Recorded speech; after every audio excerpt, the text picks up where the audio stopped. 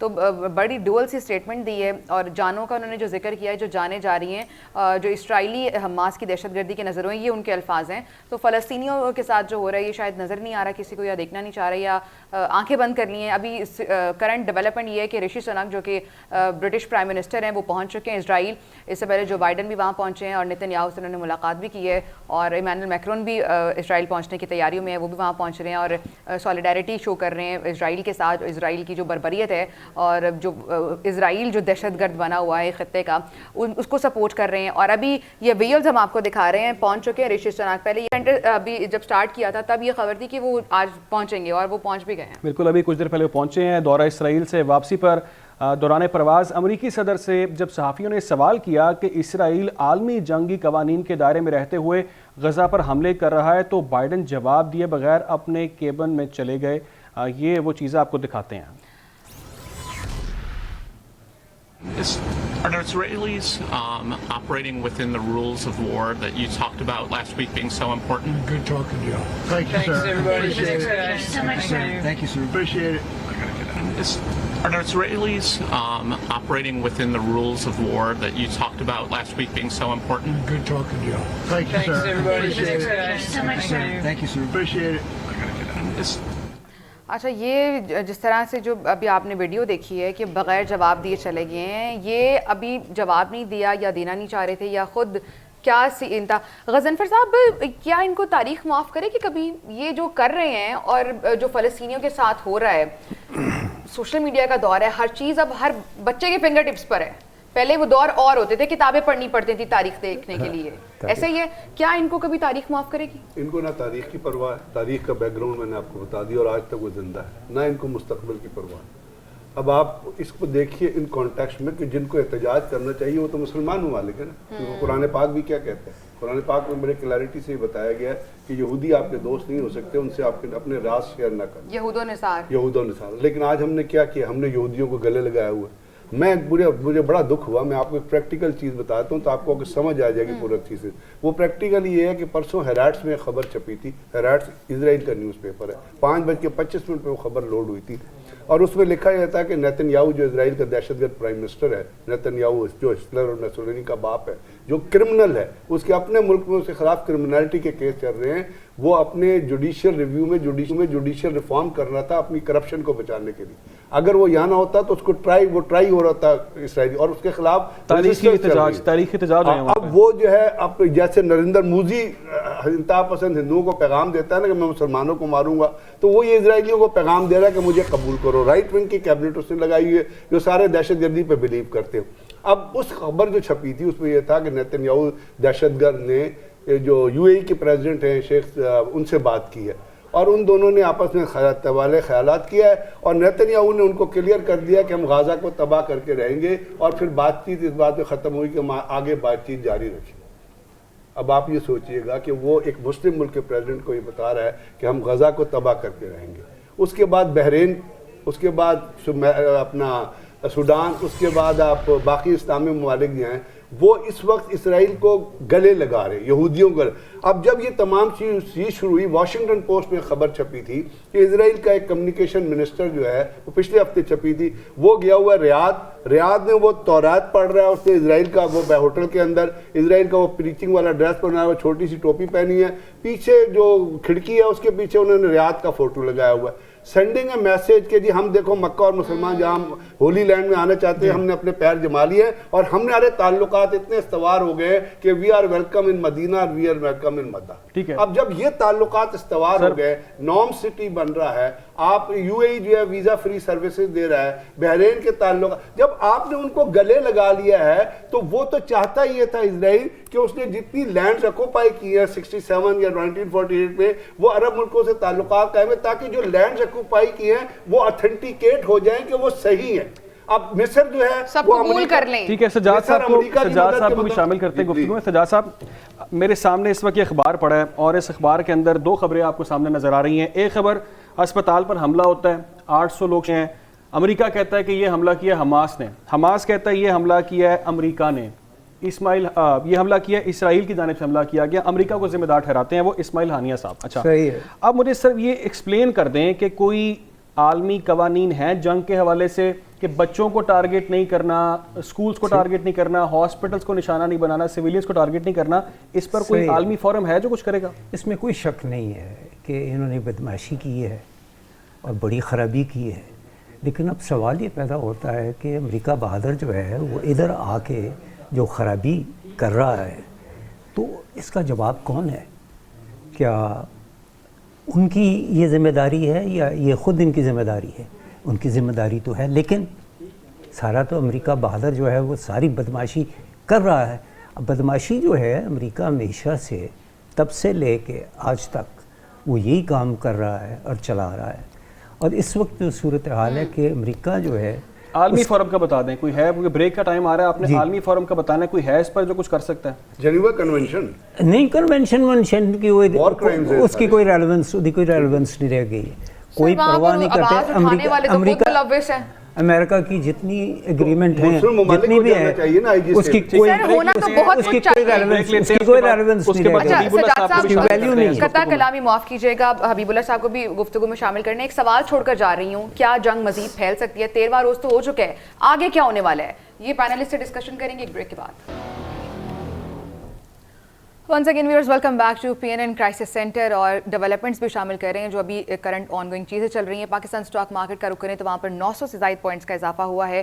100 index ایک ہفتے میں دوسری بار 50,000 کی حد عبور کر گیا ہے. اسٹاک مارکیٹ میں اس وقت 50,365 پوائنٹس کی جو بلندی ہے وہ ہوئی ہے اور اس پر ٹریڈنگ بھی جاری ہے. تو یہ دوسری بار ہوا ہے جب 5,000 سے زائد پوائنٹس کی حد عبور کر چکا ہے 100 انڈیکس, ایک ہفتے میں ایسا دوسری بار ہوا ہے.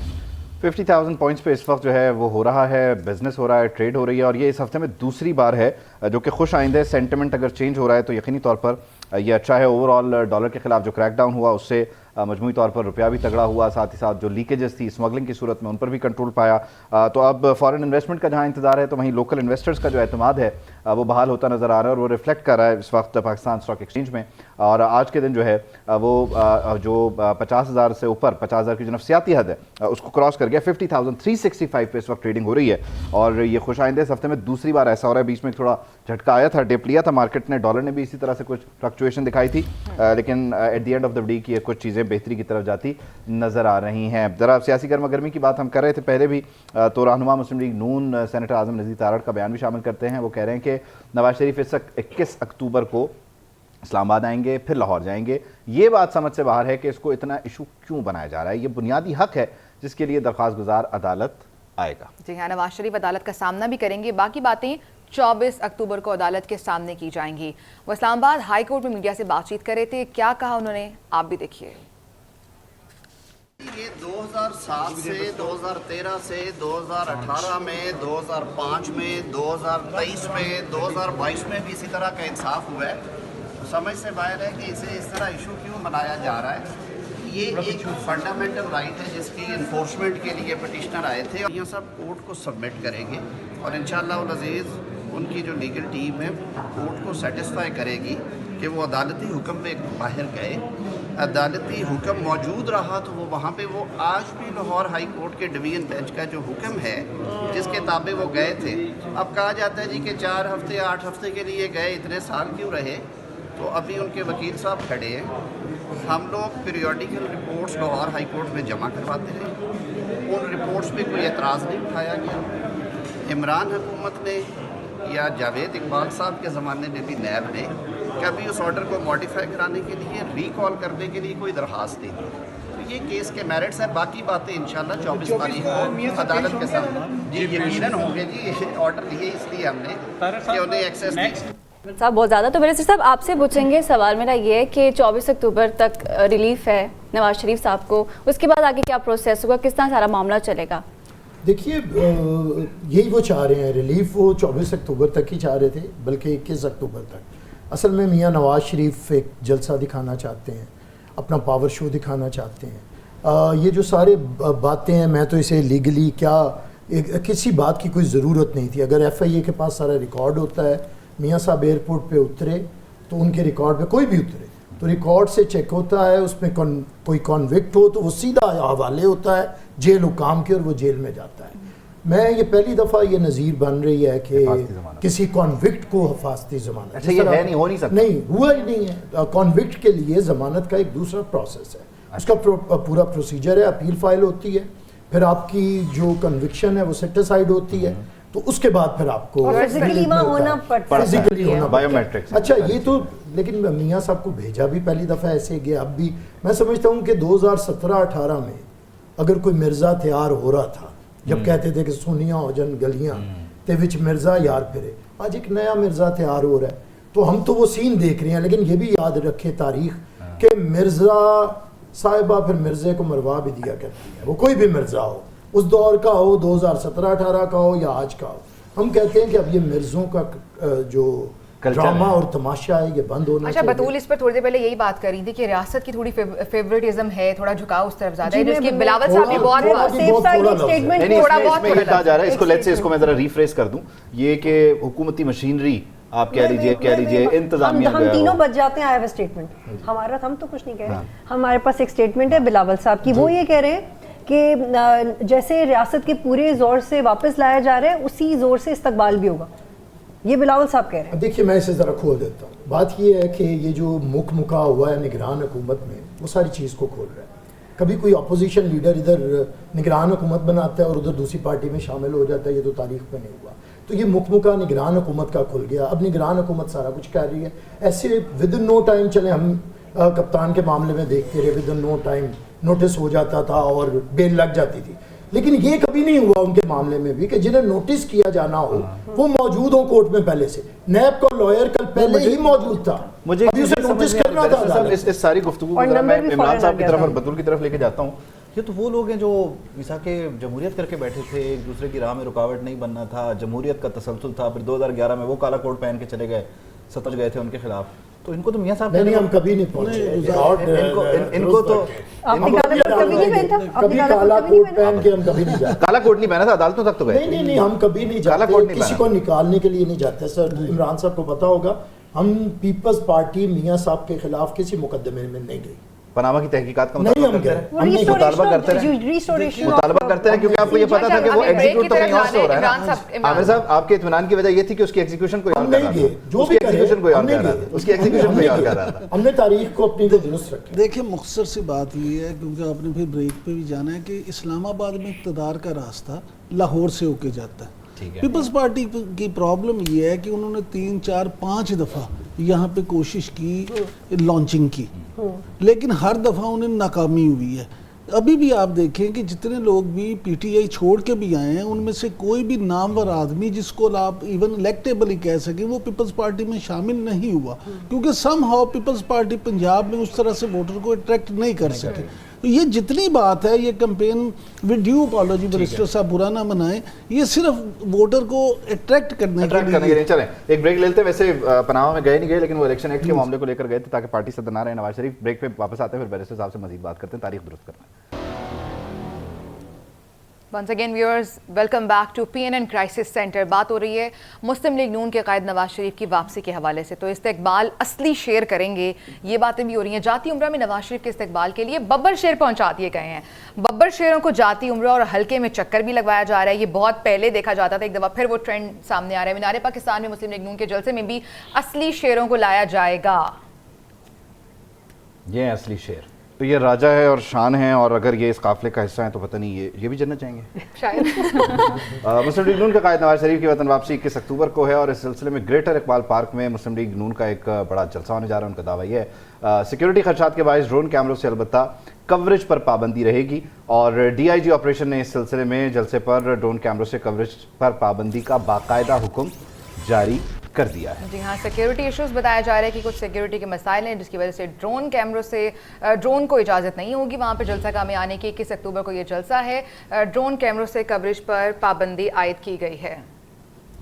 ٹھیک ہے, خیر ڈرون فوٹیج کا استعمال آج کل تو ناگزیر ہے, اس سے پتہ چل جاتا ہے کتنے بندے ہیں, لیکن سیکیورٹی ریزن تو آبویسلی نہیں کر سکتے, ظاہر ہے کوئی نہ کوئی وجہ ہوگی. بطول کی طرف چلتے ہیں, ہمارے پاس ٹائم کم ہے. بطول, پنجاب اور پنجاب کی سیاست, میاں نواز شریف کی واپسی اور ہمارے جی میں اس میں شارٹلی کچھ پوائنٹس ایڈ کرنا چاہ رہی ہوں کہ دیکھیں کچھ بدلے گا نہیں, سب ایسے رہے گا. پہلے تو کنکلوڈ پہلے کر لیتے ہیں, جواب بعد میں. کنکلوژن نہیں بدلا, جواب دیتے. دیکھیں 21 ڈسٹرکٹس ہیں,